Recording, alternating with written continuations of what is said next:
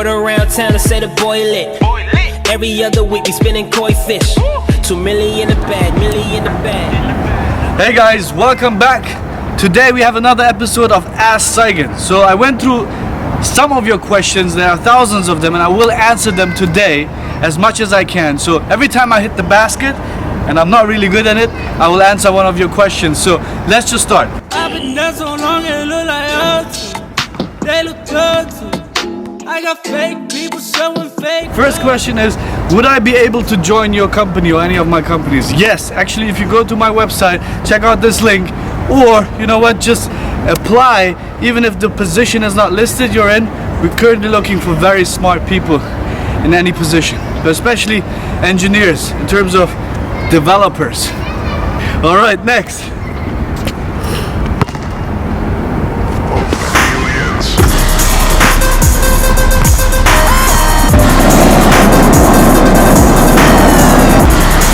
All right, next question.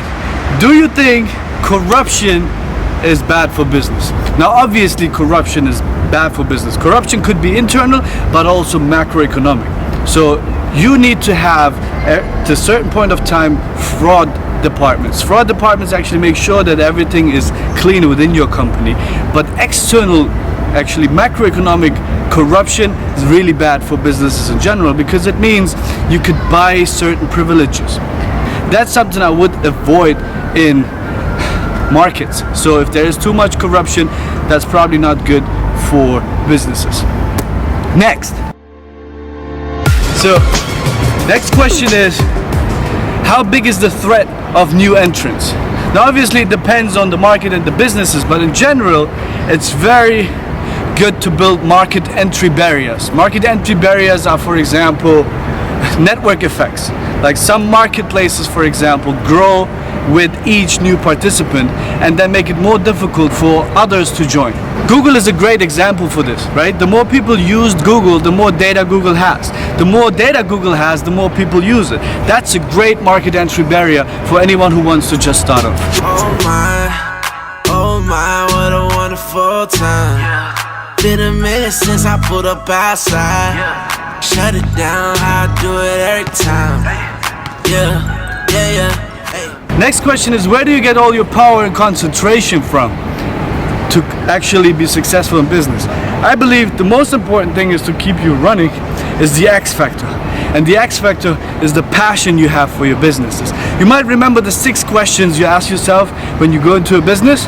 And the last one, or one of them, is, are you passionate about it? And that's what keeps you going. When I wake up, gotta make it but the green that we count. When we pull out on the scene and let them see what we do.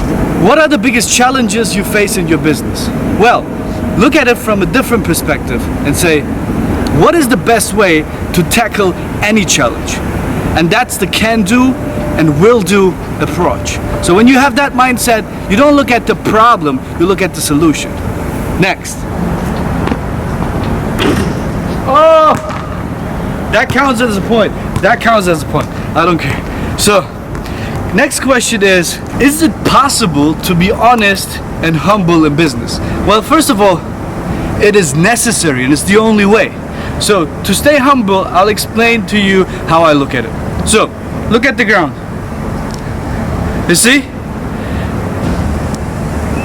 It's definitive. You know where the ground is. But when you look up, it always continues.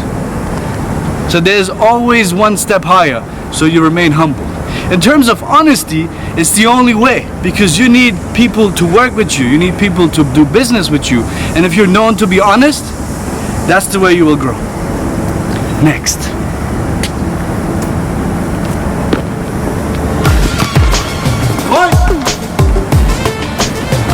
Swish.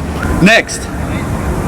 Saygin, I have an idea to build a truck driving business, our friend says. How do I know how much money I need to start it? Well, we've made a video about how to build a business plan and look into the numerics of your business. So check out this link here and you will see how to build it.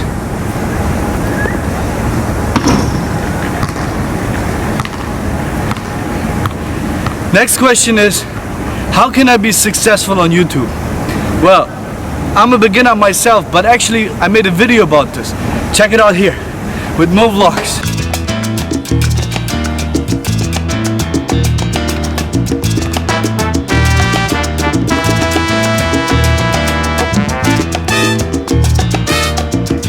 When is the right time to advertise a product?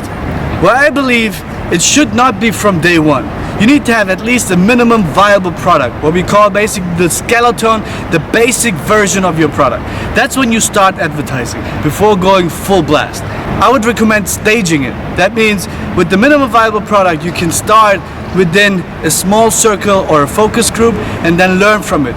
From these learnings, you might be able to scale. Up, up, up. Woo!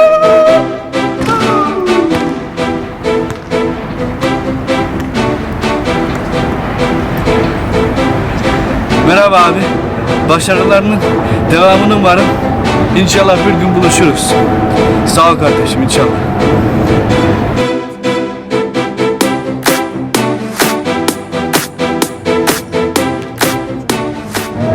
How do I come up with a great name for my product? Well, we made a video about that. Check it out here. Naming. Yep. Next is, what are the greatest mistakes made by startup entrepreneurs? Well, there are a lot, but what I have really seen is not really looking at the core business and identifying the unit economics and actually focusing on them and make them viable. You need to make sure that your core business could become profitable at one point of time. So do you make money on the core values of your business and then scale, not the other way around? So too early expansion might be one of the biggest mistakes made by startup entrepreneurs, especially VC-backed companies. Next question is, what's my appetite for risk? Well, if you want to figure out your appetite for risk, just do this little test. When you think about your business, do you think about what could go wrong, or do you see the opportunities? If you see the opportunities, you're a risk taker. And if you just think about the possibilities of failing, you're probably risk averse. Alright guys, don't forget the private jet competition is still running. Make sure you ask a question on AskSaygin.com because I will choose the winner from that database. So stay tuned, and you know what? I'm horrible in basketball, but this might hit.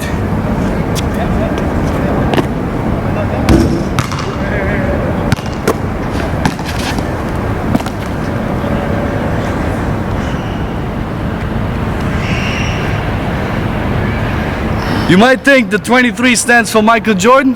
Well, think again. It stands for me failing 23 times.